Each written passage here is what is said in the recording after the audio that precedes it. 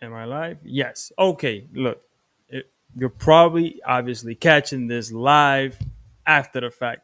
The reason I'm going live now rather than sort of making videos, and I probably will make videos again at some point, but it's just because one is easier, and two, if it ever gets to the point where people are catching these lives live, then you can interact at that point. But for the time being, right now, but actually, you know what I did? I went live and I did not do something that I should have done, which was update this actual thumbnail. And I'm doing that right now as I'm talking to you guys right now. But yes, so listen.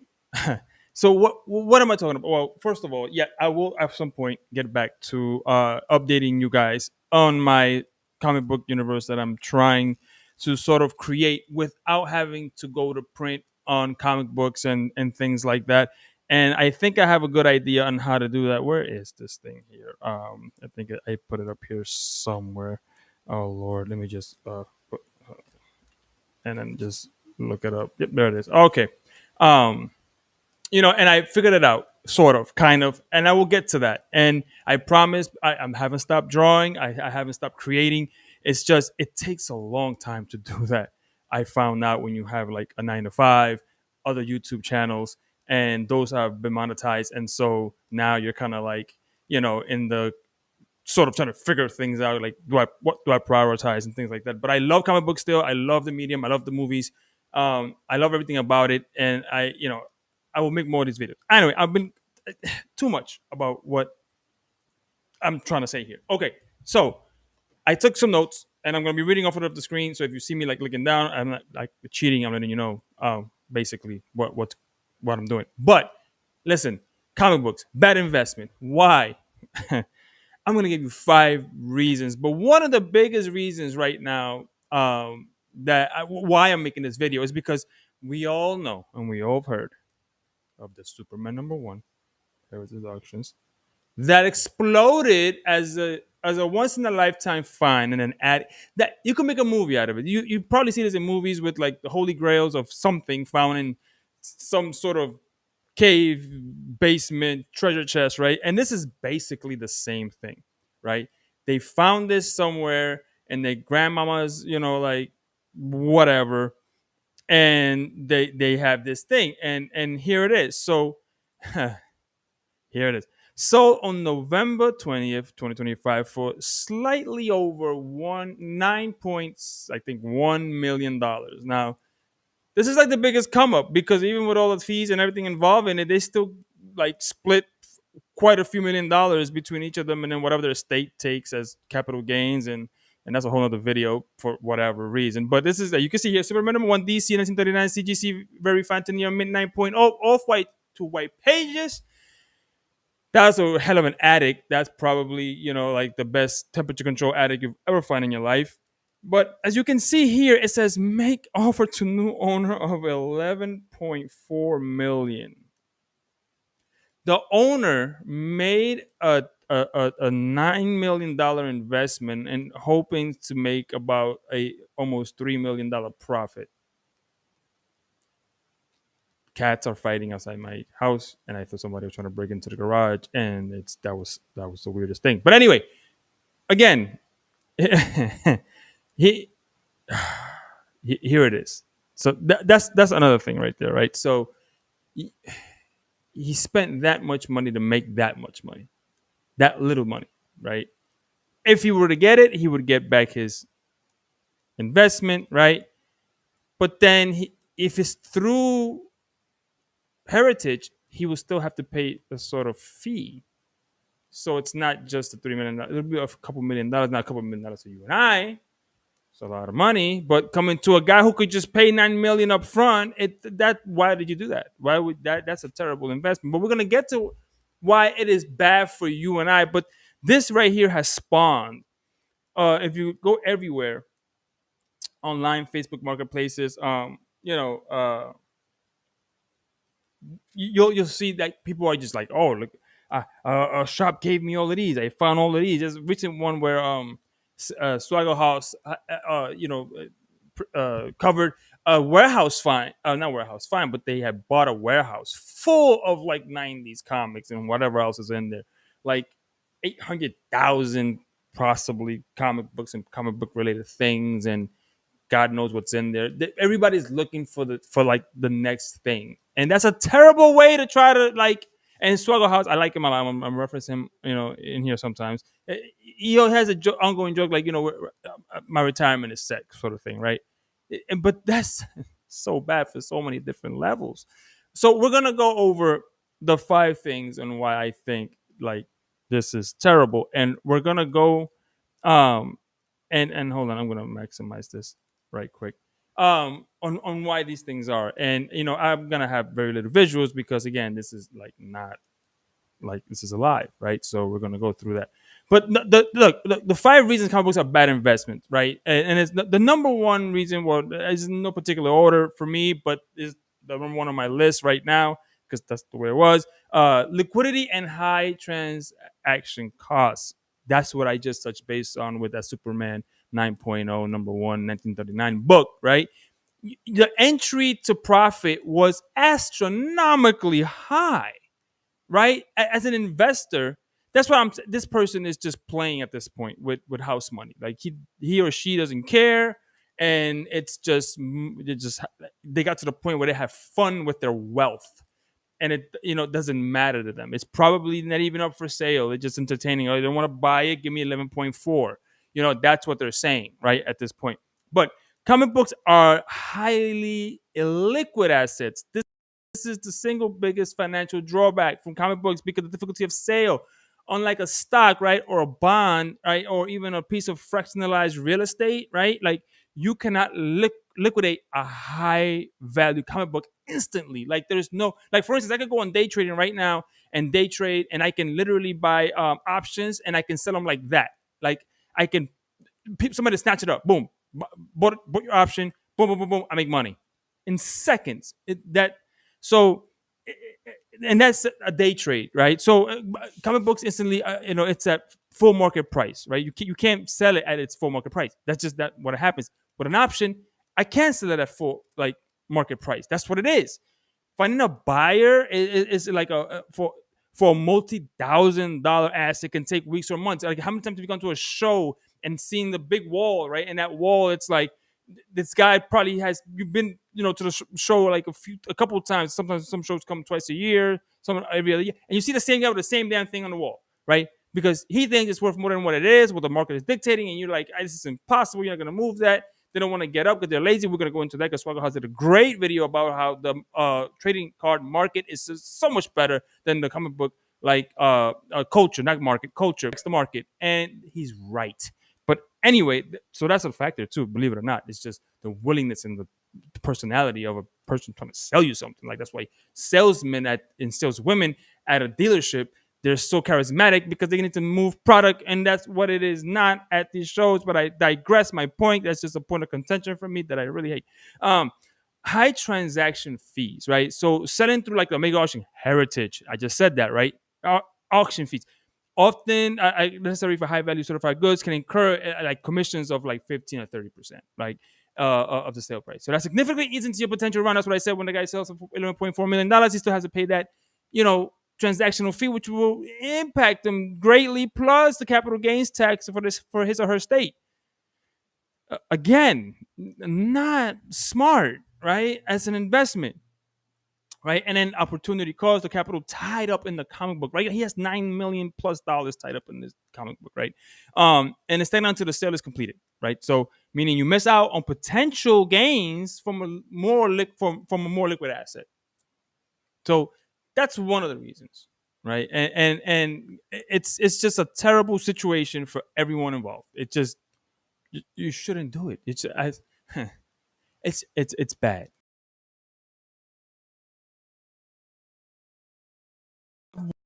The average Joe, I been on like just YouTube channels and on Facebook groups, and I'm like, this is insanity.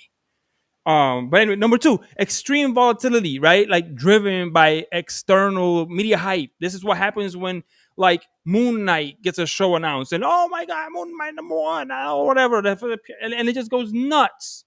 It goes nuts. Like the most obscure characters. Well, this ragdoll appeared in like the movie Spider-Man got mentioned and whatever and then it just like is in the corner somewhere, and then like one panel and there's one book that nobody ever cared about that was like $1 2 weeks ago. Now it's like $15, $12. Then it like goes up, and I've seen some books go up like up to hundreds of dollars, and then when the movie or show comes out, it's totally trash ass. It goes right back down, and now you are holding like I think it's bag comic book investment or something like that. He's a younger guy. He has like his own auction house, and he also has like a shop and a YouTube channel. And he talks about these like 80% losses all the time. Like, and I'm like, anyway.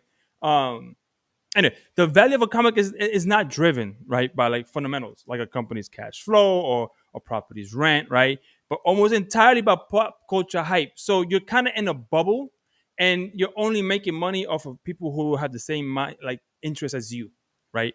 So if they like, like it's like you don't see Warren Buffett like going in and buying comic books. It's like this is the next greatest things, right? No, because there's only a very small cultivated like interest, right? It's self-contained, kind of like the reptile market, right? That's why you have a snake all of a sudden pop out of nowhere with a new color that they found or they made, and it's like $45,000 for like 2 years, and then in like 10 years, that same snake that was $50,000 you could buy for $200. This is what I'm saying, right? Because you're selling to yourselves. You're not selling to the worldwide audience that is looking at this as financial gains, right? Or incentives, right? So anyway, the movie bump, right? We all know about that. So the prices of characters for appearances often skyrocket upon the announcement of release. I just talked about that major movie, TV show, etc. for appearance. This is often unsustainable. It is unsustainable, guys. You cannot make money with that. It's ridiculous, right? And can crash once the hype fades or the movie sucks or the show sucks. All kinds of things can happen, right? Like, and then now you lost 80% of the value that you paid for. Now you have literally plastic and paper that is worthless. Like, and now you're like crying because now like a tenth of your damn savings is gone or something crazy like that. And there's no intrinsic value, right, in this. And so unlike precious metals or fine art, the value comic book is highly speculative, and it also depends on continued and often unpredictable. It depends on the continued and often unpredictable like cultural relevance and fictional characters. Like for instance, it took Superman and Batman and Wonder Woman from the late 30s and early 40s till now to amass some sort of wealth within their first appearances, right? Like think about that. Like imagine if you had to do that with a house that you bought. Like you will never see any profit off of it until your great grandchildren or something. Like then that's the only way you'll see a profit off of that purchase, right? Like a house. Like I give you an example. I purchased my first house for 100 grand, under 100 grand, and I sold it for over 150, more than double its value in like 11 years. That's crazy come up. Like, you understand what I'm saying? And my point of entry, because all I had to do was pay the lawyers and, for in New York and like the a 3% down, right? So my point of entry was like little less than $15,000, and I made 150,000 in 11 years. That's the biggest difference. And it was like a rinky-dink house in Long Island, New York, like in a town that nobody had really paid attention to, but we saw the potential. My wife saw the potential, and she said to buy it there, and we did it. And we struggled for a long time, and then we did that, and then we got our second house, which is double the size and everything else. But that's how you come up, right? With physical, tangible assets that appreciate, right? That are tax write-offs, right? That you can, the debt that you incurred to acquire, you can write off the interest on, right? Come on, guys, let's get it. Number 3, subjective grading and conditioning and maintenance, right? I always said CGC and PSA and all these guys are sort of like a scam, right? Especially CGC. And storage costs, risk laws. Comic books are fragile, paper assets, right? That's what they have, like, gray and off-white and whatever, pale blue, I don't care. Their value destroyed by light, humidity, improper handling. Proper storage requires expensive climate control environments, specialized asset-free materials, insurance, flood, fire, theft. Instantly can wipe out your whole shit. Everything gone. Like a moth breaks in, right? A silverfish. It's insane. It's insanity, right? Especially if you have a large collection. So you're paying a monthly fee at a temperature control storage unit that i- anybody can access, and if God forbid anybody finds out you have it, it's gone. And it has happened. You've seen the news reports. People break into people's storage units and take their stuff. I mean, it happens. And for the ungraded stuff, there's no trackable numbers, so you could hold on to it for a couple of years. And who's to say I show up with whatever comic book and you be like, "How did you get that?" Well, who cares? And you can't prove I stole it. There's no physical way you can actually tell me that I stole it, right? So it's crazy, right? And then subjective grading, while professional grading services like CGC provides standardization in the process, is still subjective because we've seen that. And I'm not going to go into the videos on my channel. You can look at it. It's still subjective because 9.9s look just as good or as worse or worse than 9.8s. So it's subjective. A fraction of the difference in a grade, 9.8 to 6, can mean a massive drop, which is stupid in and of itself. That's a dumb situation. And furthermore, credibility of the grading companies themselves when they swapping out books from slabs and all this other shit, and then it just in and of itself, it's the credibility of grading companies themselves is a centralized risk factor. It's a centralized place you send your shit to, but it's a risk factor. And then restoration controversy. Undisclosed restoration can severely devalue a comic, and it requires expert knowledge to detect at times. I am not one against restoration. I think it should be done on a lot of books. And the fact that it degrades the value is stupid to me. It's the dumbest thing in the world. Like, why would you want a torn page, destroyed page of a great comic book and pay more for that, and then me getting it restored to its original glory, and you say, well, I want to pay less now because it looks better than it did before. That's the stupidest thing I've ever heard in my life. It's just the dumbest. I will never understand that. But whatever. Overproduction is number 4. We went this in the 90s, right? Number 4, overproduction in modern eras, right? It's a key to the massive value, right, of golden and silver age comics, like Action Comics number 1. That's a true scarcity, right? That's true. That back in those days, low print runs, and then global icons now, so you can understand where that becomes a scare, like something valuable. And but then again, so because most copies were read and thrown away, they're throwaway books. Floppies were throwaway things. I heard that the moms bought it for the children for like trips and stuff, and I was like, that's just entertaining for like a hot second because it was so cheap, and then out the door, right? So, but now modern speculation since the 1980s, right? Because now everybody was like, oh, since it's starting to rise in value, the collector community has been highly active, right? And millions of modern key issues are brought instantly and sealed in a high graded condition, 9 or higher, dilutes the value, right? And let's talk about that diluted value due to mass preservation and high print runs. The long term scarcity for nearly all comics printed after like the mid 1980s, right? This means that the vast majority of investment quote air quotes books being brought today are highly likely to have their value severely diluted in the future because I'm not saying it's going to happen to this book, I'm using it as an example, but let's say something's eating the children, right? Right now it's a high dollar value, modern, within the last 5 years it has skyrocketed in value.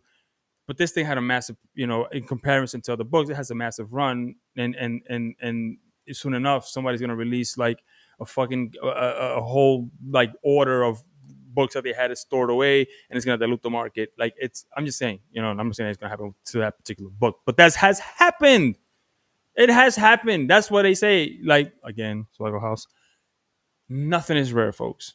Nothing modern is rare, right? So so this means, like I said, it'll be and that's what that is. It'll be highly diluted, and Spawn number 1, 1,000,000 copies. X-Men number 1 from Jim Lee run, 1,000,000 copies. X-Force number 1 from Rob Liefeld's run, over 1,000,000 copies. That's why those books, almost 30 years, haven't moved an ounce, right? I thought when I went to a comic book shop like one time, I saw the Jim Lee like pull out, and I was like, "Oh, I want that one because I have it." But mine's just kind of, I didn't care for the like keeping them in good condition. Like, yeah, I read them. That's what they're for. And I said, let me get a better copy. I said $20. Look at the because there's so many of it. Why? Why? Why is it $20? Right? Anyway, so and then again, we talked about this earlier. I pointed out this high barrier to entry. right? And knowledge requirement. You need to know what you're talking about. You need to know what you're looking at, things of that nature. You have to. You just cannot ignore that fact, right? Success in the market relies on niche expertise, which defeats the purpose of passive investing, right? You must be an expert to invest wisely in this niche. You must have an intimate knowledge of key issues, history, print runs, artists, writers, significance, subtle differences in printing quality and ability despite even minor defects or evidence of restoration, which I cannot think is stupid. General comics are worthless, no matter how good the art, no matter how beloved the character, no matter how good the cover. Only a tiny fraction, like of the hundreds of thousands of comics ever printed, like ever. Like, think about how many comic books are printed per year, and any will hold ever a significant value at all. An uninformed investor will almost certainly purchase books that remain worthless, diluting the overall portfolio return, and that is most. And even like self-proclaimed experts are the victims of this, like literally, right? So let's wrap it all up, right? Comic books are best viewed as a passion-driven speculation, not a foundational investment. For an investor focused on stable, efficient, right, and low cost accumulation of like wealth, traditional assets, real estate, or even other more liquid physical assets like precious metals, gold. Like literally in the '90s, right when I was coming up, and I got my, like, $15 an hour jobs and things like that. I was buying like gold chains and rings and pendants and things like that. You don't really see me wear them, but I did because it was cheap. And I wish then I would have bought like a bar or two of gold, or four, when it was very cheap and affordable. I would have been very well off today. But I didn't. But I do have some gold, right? And I can trade that in. I can melt that down, separate the silver and the gold and everything else, and then sell it. And it's literally worth, I think now, 10 times what I paid for, right? So if you do invest in comics, limit it to a small percentage of your overall speculative portfolio, like 5 to 10%, right? The rest should be something else, and treat it as a high risk, high like volatility play. Like you are playing with the wealth you already have. If you don't have much, comic books are not what you should be in. It should never be what you actually try to get into as far as investing. It's fool's gold. It's My thing is, buy. How people say, "Oh, buy what you like." That's the wrong advice for investing in comic books. But truthfully and truly, it should be a hobby, a passion, and then your collecting should come down to, if it's okay, you're lucky that it got there. Oh, what I liked became valuable, rather than just looking and turning comic books, looking for the next thing and turning comic books into like just slabs, which in turn are just huge playing cards, like trading cards. Like that's what they are. Like slabs are just trading cards, right? So I don't understand the difference between, if I, like, let's say, they find a character that Jack Kirby created that was never released to the public, and it was never in a comic book, but he drew, he drew it and inked it and colored it, and they make a print out of it, and you slab that. That's the character's first appearance, right?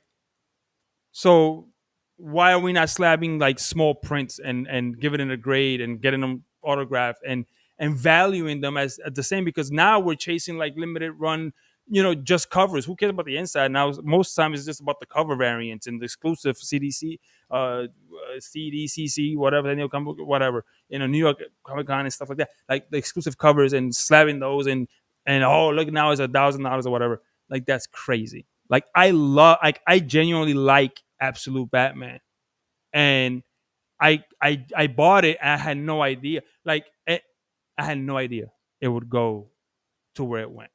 Right, to the point where when they released on that Wednesday, I went to my LCS and they told me, "Oh, it's $10." I'm like, $10 just came out today. They were trying to like scalp it.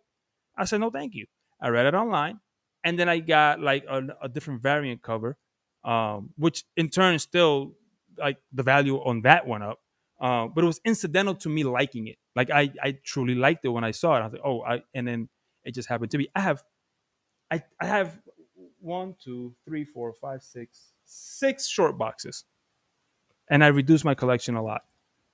I just collect what I like. And I want to make things that other people like. And I could care less that if my creations ever, if I ever put them out and maybe to gain any sort of audience, I could care less if they became valuable as as an investment. I would just hope people will buy it because or obtain it or however they obtain it and however I release it because they like it and they enjoy it. And that's at the end of the day, that's why we got into comic books. And the fact that you're now just chasing numbers on a piece of plastic and telling me that look at this, I have it means nothing because most of the time these us comic book nerds are not even trying to sell it and these old fat comic book dealers are sitting in conventions with their arms crossed and being rude, and they don't even want to sell it. They just like, I'll have it up there, and I ain't gonna bring it down. I'm just gonna let you look at it up there. It's 5,000 or nothing. And then because why they're in it for like 3,000, and it's about that.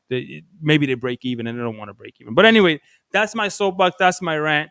Um, like I said, that's the reason why I'm here. I'm hoping that at some point you guys will start, if I'm alive, you'll start, if you're catching it at that point, interject and make it alive where it's continued conversation.